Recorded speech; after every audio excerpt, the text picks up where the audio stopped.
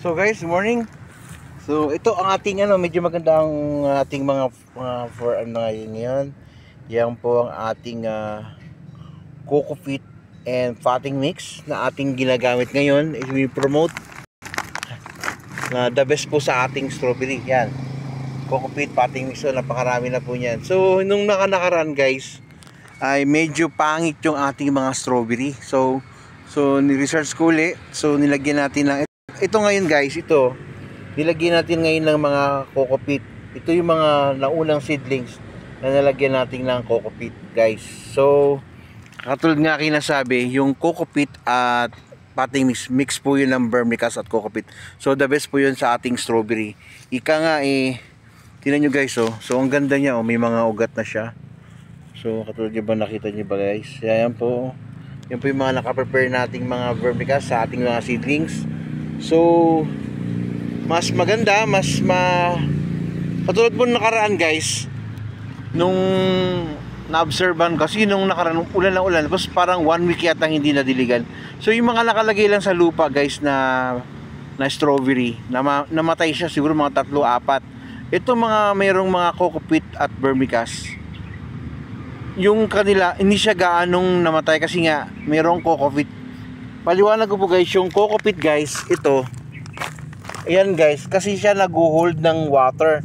So kahit mulang dilig yung ating strawberry, ay maganda pa rin yung strawberry natin kasi meron siyang mga water na natitira. Siya pa yung nag-hold ng water. Unlike sa lupa, kapag binuhusan mo yan, kaya loam soil, pag binuhusan mo ng tubig yan, ito, katulad dito, baba agad ng tubig yan. Ito guys, hindi, ino-hold niya yung water. So makikita mo, nagmo-moist pa siya, may basa-basa. So dito guys, kababasa lang. So yan din pong isang the best sa ating potting mix, no? Potting mix and Copico potting mix. So yung mga seedlings, ito pong maganda, potting mix po ng vermicast yan at Coco Peat. So pag Coco Peat lang, mas maganda rin kasi po yan ang maganda sa mother plant. Unlike sa mga rice hull guys, kapag ito tumanda na, yung rice hull na nasunog or nabulok, nagiging nagiging mushroom. So nagpo-provide siya ng mushroom. So namamatay po yung ating strawberry. Ayaw po niya may mushrooms. Katulad nga ng aking mga pinakita sa inyo mga nakaraan guys.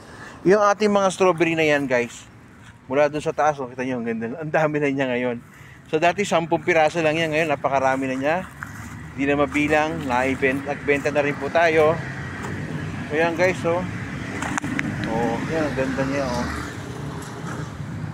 So katulad nga nito guys, so ito yung mga kasabayan ng mga mother plant. So ito mga last year pa ito, pero January lang namin na ilagay. So yan po, isang napakaganda. Marami na po siyang anak. Marami na po siya sanga, 5 na po. 1, 2, 3, 4, 5. So yan, no. Nung nakaraan, pumangit po yan pero dahil nga meron siyang Coco Peat at potting mix, naka-survive uli siya. Gumanda uli siya guys. So yan, no. Tulad dito guys, ang ganda pa rin yan. So babawasan lang natin yung mga dahon na ganito, yung mga tuyo na, para hindi siya maano. Ito katulad dito guys sa mother plant dito, ang ganda pa rin niya.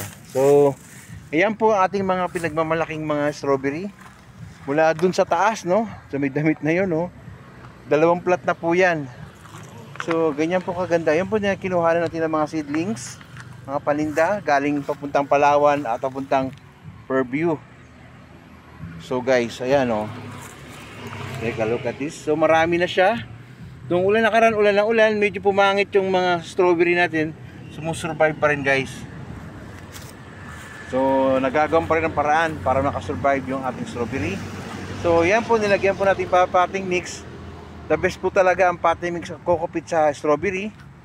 Ayan guys, ang ganda na nila, Ang ganda rin ng mga dahon, mga damo-damo. Di ba? Ayan,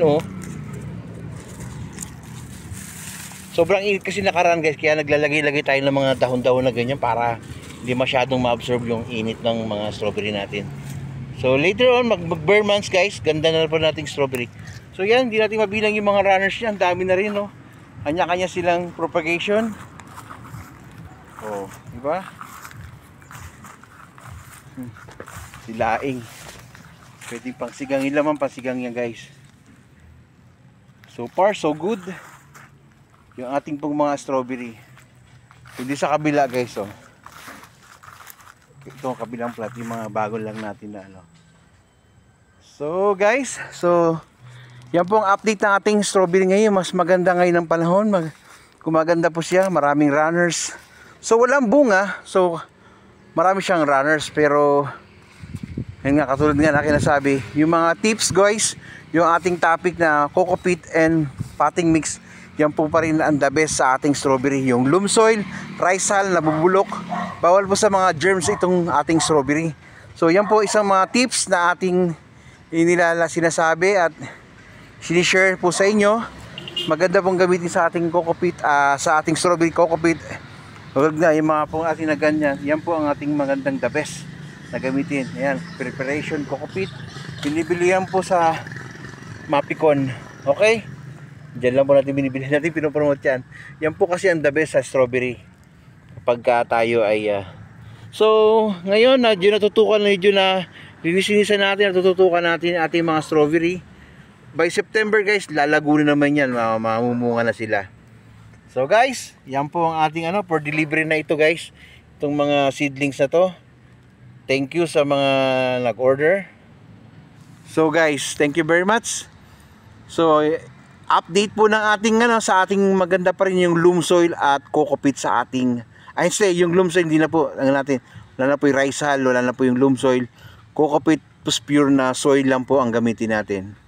Para hindi ayaw ni strawberry yung masyadong tawag nito, yung rice hull, yun nga katulad nga ng mga sinunog na bulok na ayaw niya kasi may germs, may bacteria at saka mayroong mga natin inaasahang biglang namamatay yung strawberry. Yun po yung source nun.